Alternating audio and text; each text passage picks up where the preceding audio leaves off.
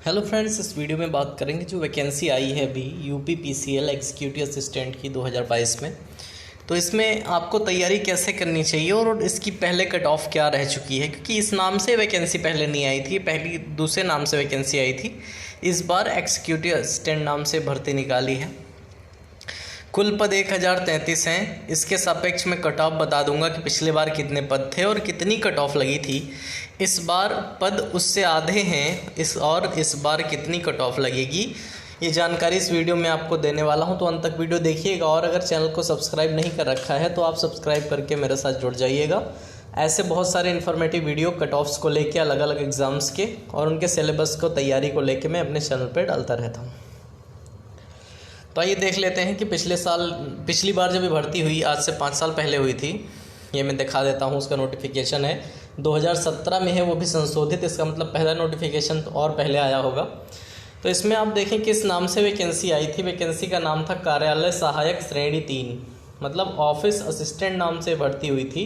उस बार office assistant के पद कितने आए थे? 2296, और इस बार हैं 1033, आधे से भी कम पद हैं। ठीक है, तो ये भर्ती होगी। इसी भर्ती के आधार पर पूरा सिलेबस बनाया गया है। जो पिछली बार का इस भर्ती का सिलेबस था वही एग्जीक्यूटिव असिस्टेंट का सिलेबस अब है, यानी कि पूरा पैटर्न सेम रहेगा। टाइपिंग और एग्ज़ाम से लेकर, एग्ज़ाम के पैटर्न से लेकर सब कुछ सेम है, इसी भर्ती के तरीके का होगा। बस पद उस भर्ती से इस बार कम है, इसलिए कट ऑफ पे इसका फ़र्क हमें देखने को मिलेगा। अब बता देता हूँ मैं, उस बार जब इतने पद थे तब कट ऑफ कितनी गई थी। जब उतने पद थे तब कट ऑफ गई थी आपकी ये, ठीक है, अनरिजर्व्ड कितनी है? 152.6। ठीक है, अनरिजर्व्ड की कट ऑफ कितनी है? 152.6। ये कट ऑफ है टाइपिंग के बाद, मतलब टाइपिंग के 20 नंबर मिल जाने के बाद आपकी ये कट ऑफ हो जाएगी। ठीक है, टाइपिंग के 20 नंबर जुड़ जाने के बाद पूरा 200 नंबर हो जाता है आपका, और 200 में से 152.6 जनरल की कट ऑफ लगी, 143 लगी ओबीसी की, 104.4 लगी एससी की, और 65 लगी एसटी की, 58 लगी एक्स सर्विसमैन की, डीएफएफ की लगी 77 और पीएच की लगी 103। ठीक है, ये कट ऑफ है 2017 में जो वैकेंसी आई थी उसकी, जिसमें 2000 से अधिक पद थे, 2296 पद। अब मैं इसके आधार पर इस बार आपको बता देता हूँ कि पद कितने हैं और इस बार की कट ऑफ क्या रहने वाली है।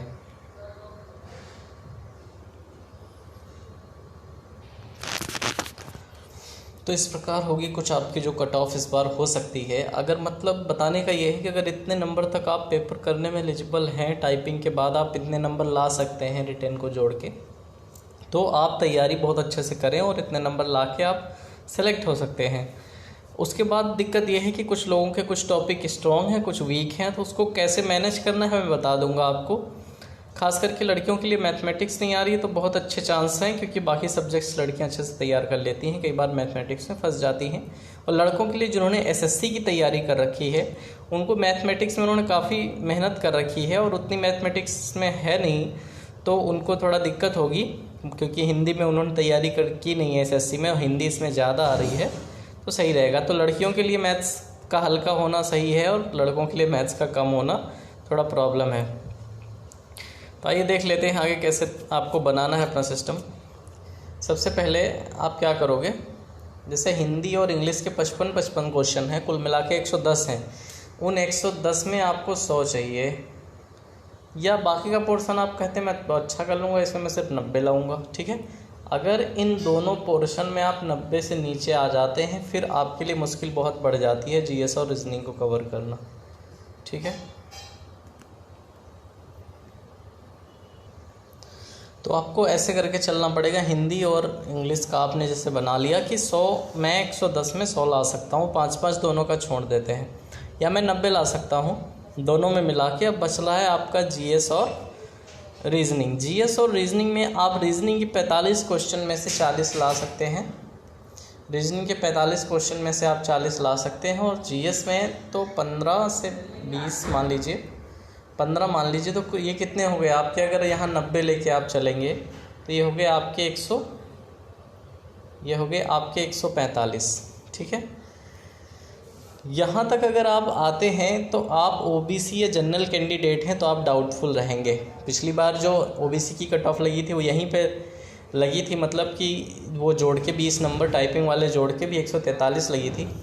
इसका मतलब है यहाँ पर आप अगर आ रहे हैं 145 बिल्कुल सही करके, जैसा मैंने बताया इस पैटर्न पे, और प्लस 20 नंबर टाइपिंग के आप ले लेते हैं। नहीं ले पाते हैं तो आपके लिए दिक्कत है। अगर 20 नंबर आप टाइपिंग के ले लेते हैं तो 145 प्लस 20 165, फिर आप दोनों ही कैटेगरी में सेलेक्ट हैं।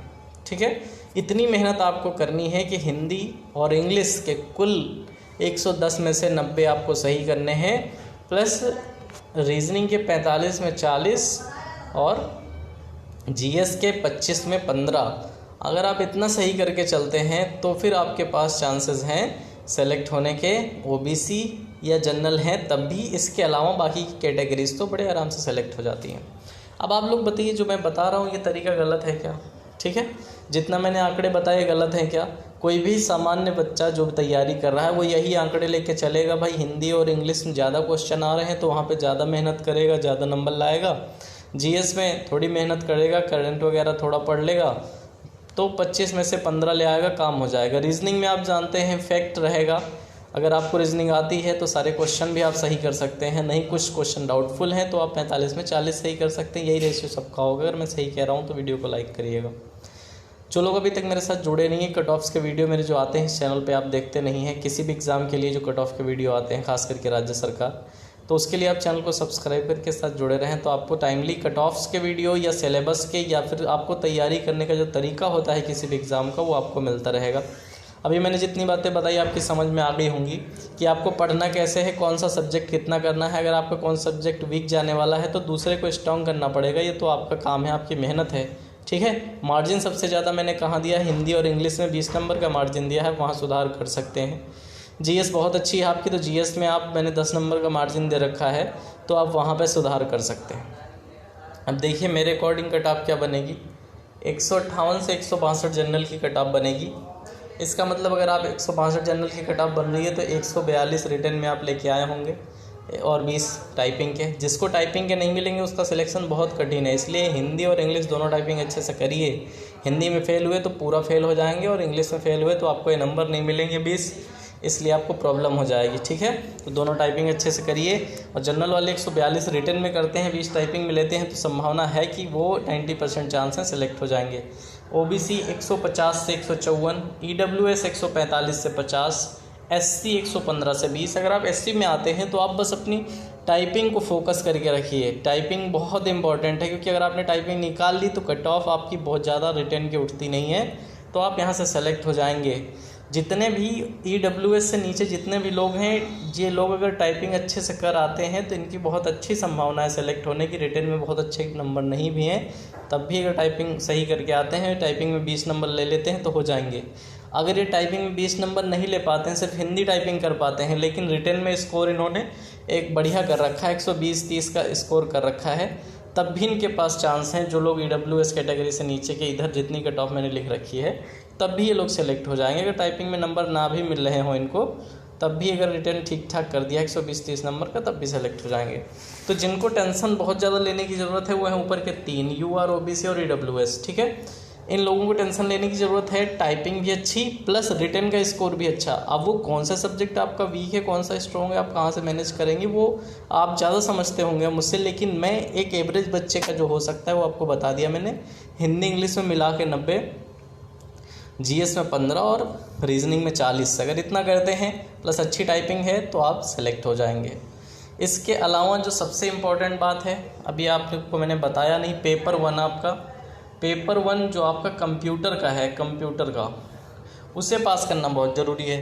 ठीक है, उसमें 50 में से 20 लाने हैं, निगेटिव मार्किंग भी है, पेपर का लेवल भी थोड़ा अप रहता है। तो उसके लिए आप रेगुलर क्लास, किसी भी टीचर की रेगुलर क्लास कंप्यूटर की कीजिए और एक बुक ले लीजिए जिसमें प्रीवियस ईयर क्वेश्चन हो, किसी भी एग्ज़ाम में कंप्यूटर में के पूछे हुए प्रीवियस ईयर क्वेश्चन हो थोड़ा अच्छे लेवल के, तो उसे पढ़ लीजिए।